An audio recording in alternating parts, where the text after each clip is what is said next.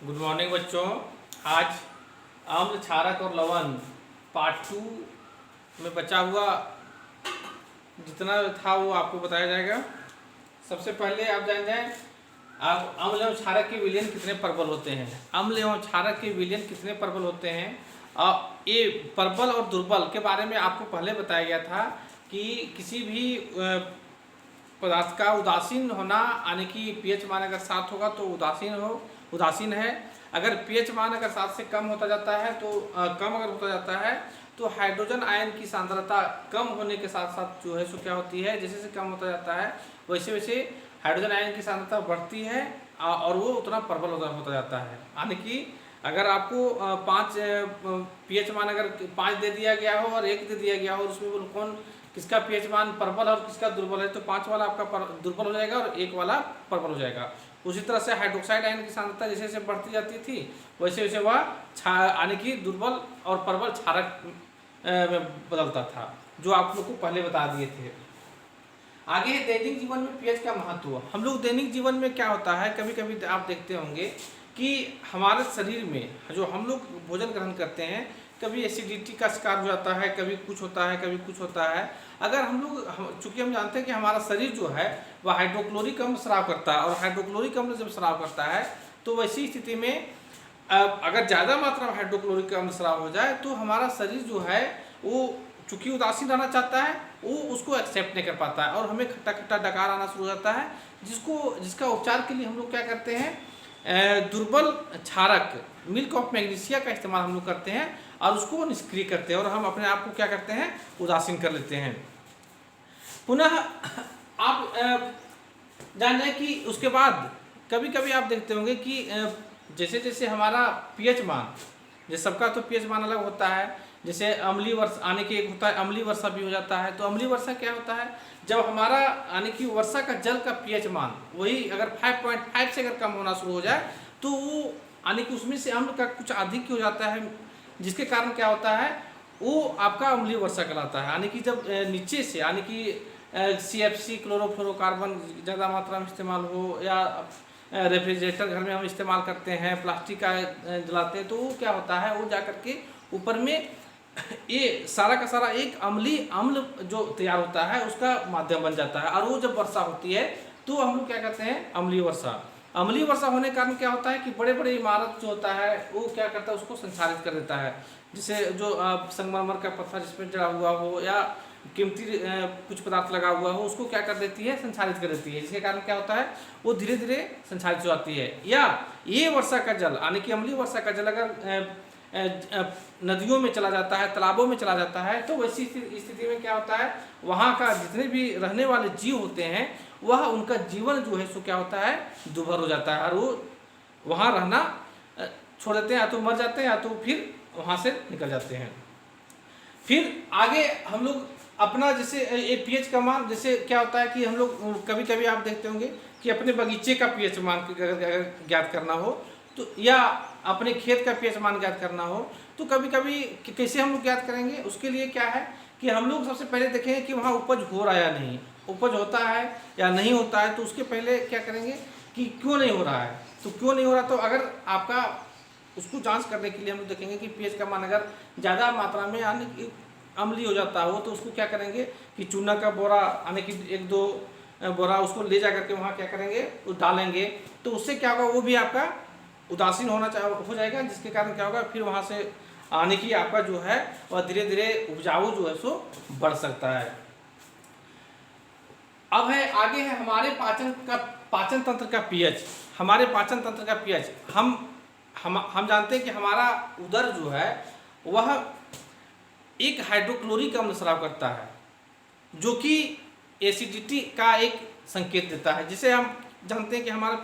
हमारा शरीर जो है वह उदासीन रहना चाहता है, जिसका पीएच मान कम से यानी कि 7.0 से 7.8 पीएच परास के बीच कार्य करता है। अगर उससे यानी कि 7.0 से 7.8 के से नीचे आना शुरू हो जाता है तो हम जान लेते हैं कि हमारा जो है सो उदासीन नहीं है, यानी कि वो जो है सो अम्ल का आधिक्य, यानी कि अम्ल की मात्रा जो है सो बढ़ रही है। और उसके पीछे कारण क्या है कि हमारे शरीर में, अमाशय में हाइड्रोक्लोरिक अम्ल का स्राव होना, यानी कि वो धीरे धीरे बढ़ता है, जिसके कारण क्या होता है, हम एसिडिटी का शिकार हो जाते हैं। और वैसी स्थिति में हमारे शरीर को पुनः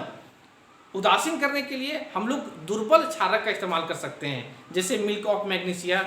अगर इस तरह से हम लोग इस्तेमाल करेंगे तो एसिडिटी मेरा खत्म हो जाता है। उसी तरह से अगर हम लोग क्या करते हैं, तनाव भुना हुआ अगर ज़्यादा मात्रा में अगर भोज्य पदार्थ ग्रहण कर लेते हैं तो ऐसी स्थिति में भी हमें हमारा अपच हो जाता है। तो और वैसी स्थिति में क्या होता है, वैसी स्थिति में भी हमको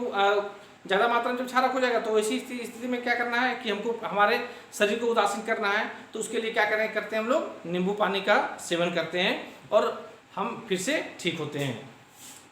आगे है पीएच परिवर्तन के कारण दंत क्षय। दंत क्षय यानी कि दांतों का टूटना। दांत धीरे धीरे क्या होता है कि दंत फलक यानी कि जीवाणु जो है, जब हम हमारे दांतों में जब हम लोग भोजन जिस समय ग्रहण करते हैं, शर्करा की मात्रा जो है दांतों में फंस जाती है और वह क्या होता है कि अम्लीय माध्यम में बदल जाती है। जीवाणु जो है सो क्या करता है, वो शर्करा को अम्लीय माध्यम में बदल देता है और वो अपनी जनसंख्या को वहाँ बढ़ाना शुरू कर देता है। जो हम लोग क्या करते हैं, देखते हैं कि दांत में जो है सो गंदगी है, तो चूंकि गंदगी नहीं होता है, वो धीरे धीरे क्या होता है, एक दंत फलक है जो जीवाणु वहाँ धीरे धीरे अपना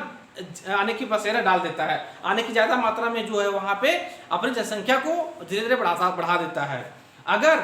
वो ज़्यादा मात्रा में बढ़ जाता है तो धीरे धीरे क्या करेगा, हमारा मसूड़ा को धीरे धीरे क्या करता है, खा जाता है। तो वैसी स्थिति में जो है हमारा धीरे धीरे जो है दांत टूटना शुरू जाता है। और उसके यानी कि अगर हमारा दंत क्षय जो है उसका पीएच अगर 5.5 एक दिया गया है कि अगर पीएच मान 5.5 से कम होना शुरू हो जाए दांत का, तो वैसी स्थिति में जो है आपका दंत क्षय शुरू हो जाएगा। तो उससे बचाने के लिए हम लोग क्या कर सकते हैं कि इसको भी हम लोग दांत को भी जो है सो क्या कर सकते हैं, उदासीन कर सकते हैं। और उदासीन करने के लिए क्या कर सकते हैं कि अगर कुछ भी अगर नहीं मिले तो घर में कम से कम हल्का सा कभी सरसों का तेल या नमक, उसको अगर हम लोग क्या करें कि हल्का सा पेस्ट बना लें और सप्ताह में अगर 1-2 बार हाथ से भी अगर रगड़ दें, तो वैसी स्थिति में हो सकता है कि आपका दांत जो है सो अम्लीय माध्यम को त्याग दे और वह जो है सो उदासीन हो जाए और आपका दांत जो है सो टूटने से बच सकता है, दंत क्षय होने से बच सकता है। अब है आगे है कि पशुओं एवं पौधों द्वारा उत्पन्न रसायन से आत्मरक्षा। कभी कभी आप देखते होंगे कि किसी को कोई अगर बिच्छू डंक मार देती है, तो बिच्छू डंक मारने के बाद क्या होता है कि बिच्छू में एक जहरीला पदार्थ होता है जो कि जिसको हम लोग कह सकते हैं एक एसिड ही कह सकते हैं, फॉर्मिक अम्ल जिसको हम लोग कहते हैं। वो फॉर्मिक अम्ल उसके शरीर में रहता है, जहाँ पे वो डाल दिया वहाँ पे क्या करेगा कि उसी जगह पे वो अम्ल जो है जो जाकर के जमा हो जाता है। जहाँ हम जानते हैं कि जहाँ अम्ल गया वो दर्द करना शुरू हो जाएगा, हम दर्द से बेचैन होते हैं। तो क्या करते हैं, उसको भी उदासीन करने का तरीका क्या है कि अगर हम लोग चाहें तो बेकिंग सोडा का इस्तेमाल करके हल्का सा अगर वहाँ पे रगड़ देते हैं, या फिर वही दुर्बल क्षारक का इस्तेमाल करके उससे हम लोग निजात पा सकते हैं। उसके बाद एक जान जाइए कि पौधों द्वारा भी, एक पशु के द्वारा हुआ यानी कि जीव के द्वारा हुआ, पौधों के द्वारा भी एक पौधा, एक डॉग का पौधा होता है। एक अभी आगे हम पढ़े थे कि एक पौधा, ऐसा पौधा जिसको जो साकी पौधा कहलाता है, एक ऐसा यानी कि नेटल जो होता है, एक पौधा होता है जिसको हम लोग कहते हैं नेटल का पौधा, यानी कि वो एक साकी पौधा है जो कि बड़े बड़े जंगलों में यानी कि उपज उसका होता है। कभी कभी क्या होता है कि ये नेटल का डंक जो होता है, कहा जाता है वो नेटल का डंक में कौन सा अम्ल है, तो वो फॉर्मिक अम्ल। तो आखिर में नेटल का डंक है क्या कि जंगलों में क्या होता है कि ये नेटल का साकी पौधा जो है बहुत जगह लगा हुआ होता है, और जब बहुत जगह लगा हुआ होता है यानी कि अपने उपज जाता है, अगर उसके पत्तियों में छोटे छोटे कांटों के रूप में जो है वह बहुत सारे कांटे के रूप में होते हैं। अगर कभी आप जा रहे हैं उधर से, आपका हाथ जो है सो उसमें से सट गया, अब सट गया यानी कि वो उसका कांटा जो सो आपके हाथ में चुभ गया, और जब चुभ जाता है तो आप जान जाएं कि वो जिस तरह से बिच्छू डंक मारने के बाद दर्द होती है, उसी तरह से ये नेटल का साकी पौधा जो है वो अगर उसी तरह से वो दर्द करेगा। लेकिन क्या है, उसके बगल में अगर हम जानते हैं तो उसके बगल में जहाँ ये नियम है कि जहाँ आपका नेटल का साकी पौधा उगता है, उसी के बगल में उदासीन करने के लिए एक डॉग का पौधा तैयार होता है। जो कि अगर उस पौधे की पत्तियों को तोड़ करके जो है अगर हम लोग उसी में रगड़ देते हैं तो ये मेथेनोइक अम्ल जो जिसको हम लोग फॉर्मिक अम्ल भी कहते हैं उसका वो जो है सो उसको उदासीन कर देता है और पुनः मेरा हाथ जो है सो ठीक हो सकता है और इस तरह से हम लोग बच सकते हैं। आगे कुछ प्राकृतिक अम्ल क्या कहता है कि बहुत सारे पदार्थ जो होते हैं जिसका हम लोग सेवन करते हैं खाते पीते हैं सब में कुछ ना कुछ अम्ल का मात्रा होता है। जैसे सिरका है तो सिरका में एसिटिक अम्ल पाया जाता है, फिर संतरा हो गया उसमें सिट्रिक अम्ल पाया जाता है, फिर हम लोग इमली है उसमें टार्ट्रिक अम्ल पाया जाता है, टमाटर होता है उसमें से ऑक्जेलिक अम्ल पाया जाता है, खट्टा दूध जिसको हम लोग दही भी कर सकते हैं उसमें से लैक्टिक अम्ल पाया जाता है, यानी कि नींबू है तो उसमें सिट्रिक अम्ल पाया जाता है, चींटी का डंक है तो उसमें से हम क्या बोले मेथेनोइक अम्ल पाया जाता है, नेटल का डंक है तो मेथेनोइक अम्ल पाया जाता है। मेथेनोइक अम्ल और फॉर्मिक अम्ल चूंकि एक ही चीज़ है ये ध्यान रखिएगा। तो इस तरह से जो है सो हम लोग जो भी ग्रहण करते हैं भोजन यानी कि खाने के रूप में उसमें भी कुछ ना कुछ जो है सो अम्ल एक स्रोत है उसमें भी पाया जाता है। आगे है क्लोर क्षार प्रक्रिया। क्लोर क्षार प्रक्रिया जान जाए क्या है सो कभी कभी जो है सोडियम क्लोराइड के जलीय विलयन से जब हम लोग क्या करते हैं विद्युत प्रवाहित कराते हैं, सोडियम क्लोराइड के जलीय विलयन से अगर विद्युत प्रवाहित करने पर यह वियोजित होकर के सोडियम हाइड्रोक्साइड उत्पन्न करता है, सोडियम हाइड्रोक्साइड उत्पन्न करता है जिसको हम लोग क्या कहते हैं क्लोर क्षार प्रक्रिया। क्या कहते हैं क्लोर क्षार प्रक्रिया। आगे है विरंजक चूर्ण। आपको पहले भी कभी बताए होंगे विरंजक चूर्ण के बारे में। विरंजक चूर्ण क्या है, जब कैल्शियम हाइड्रोक्साइड जानते हैं, कैल्शियम हाइड्रोक्साइड क्या है बुझा हुआ चूना। कैल्शियम हाइड्रोक्साइड जब क्लोरीन से अभिक्रिया करती है, यानी कि कैल्शियम हाइड्रोक्साइड जब क्लोरीन से अभिक्रिया करती है तो एक तरह से विरंजक चूर्ण का निर्माण करता है। और ये विरंजक चूर्ण जो है एक तरह से हम लोग जान जाएं कि जिसका इस्तेमाल हम लोग क्या चीज में करते हैं पीने वाले, अगर हमारा जल जो हम लोग सेवन करते हैं पीते हैं उसमें से अगर कुछ मात्रा में जीवाणु पनप जाए तो उसको मारने में करते हैं, पानी को शुद्ध करने में हम लोग इसका इस्तेमाल करते हैं। विरंजक चूर्ण का उपयोग भी होता है क्या चीज में, यानी कि वस्त्र उद्योग में सूती लिनेन के विरंजन के लिए होता है, कई रासायनिक उद्योगों में उपचायक के रूप में भी होता है और इस तरह से विरंजक चूर्ण का निर्माण भी होता है, उसका उपयोग भी हम लोग कर सकते हैं। आगे है बेकिंग सोडा का निर्माण। बेकिंग सोडा किसको कहते हैं, बेकिंग सोडा का रासायनिक सूत्र होता है सोडियम हाइड्रोजन कार्बोनेट यानी कि NaHCO3 सोडियम हाइड्रोजन कार्बोनेट। और ये जो निर्माण होता है वह सोडियम क्लोराइड, जल, कार्बन डाइऑक्साइड और अमोनिया इसके बनने से यानी कि ये चारों के मिलने से आपका क्या निर्माण करता है सोडियम हाइड्रोजन कार्बोनेट, जो आपको पहले भी बता चुके हैं, यानी कि NaCl plus H2O plus CO2 NH plus NH3 ये अगर अभिक्रिया करती है तो NH4Cl plus NaHCO3 sodium hydrogen carbonate का निर्माण करती है। और जिसका उपयोग इस्तेमाल हम लोग क्या चीज में करते हैं यानी कि पकौड़ा बनाने में, कोई वस्तु को जल्दी बनाने में, या हम अगर अम्लीय माध्यम में हमारा आमाशय यानी कि पेट में कुछ स्राव हो रहा हो तो उसको उदासीन करने में इस तरह से हम लोग उसको इस्तेमाल कर सकते हैं।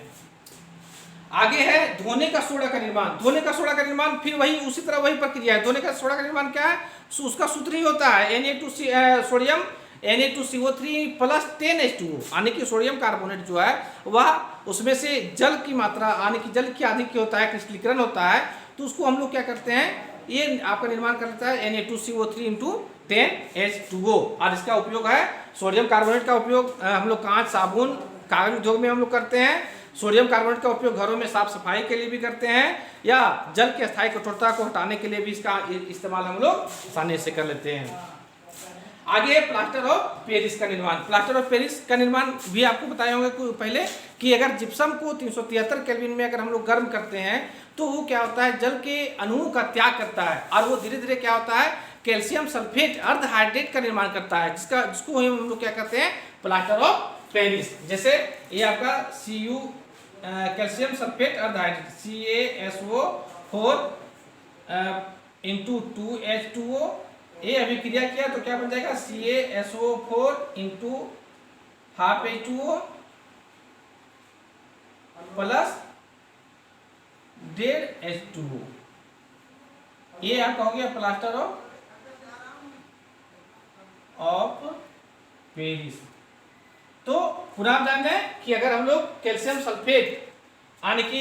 जिप्सम को, इसको हम लोग क्या कर सकते हैं, इसका जिप्सम का सूत्र है, अगर जिप्सम को अगर हम लोग 373 डिग्री केल्विन में गर्म करते हैं तो वह जल के अणुओं को त्याग करता है और कैल्शियम सल्फेट हाइड्रेट यानी CaSO4 × ½ H2 प्लस H2O यानी कि CaSO4 × ½ H2O, ये आपका प्लास्टर ऑफ पेरिस का सूत्र हो गया। इसका निर्माण करता है जिससे हम जानते हैं कि ये प्लास्टर ऑफ पेरिस का बन गया। और प्लास्टर ऑफ पेरिस का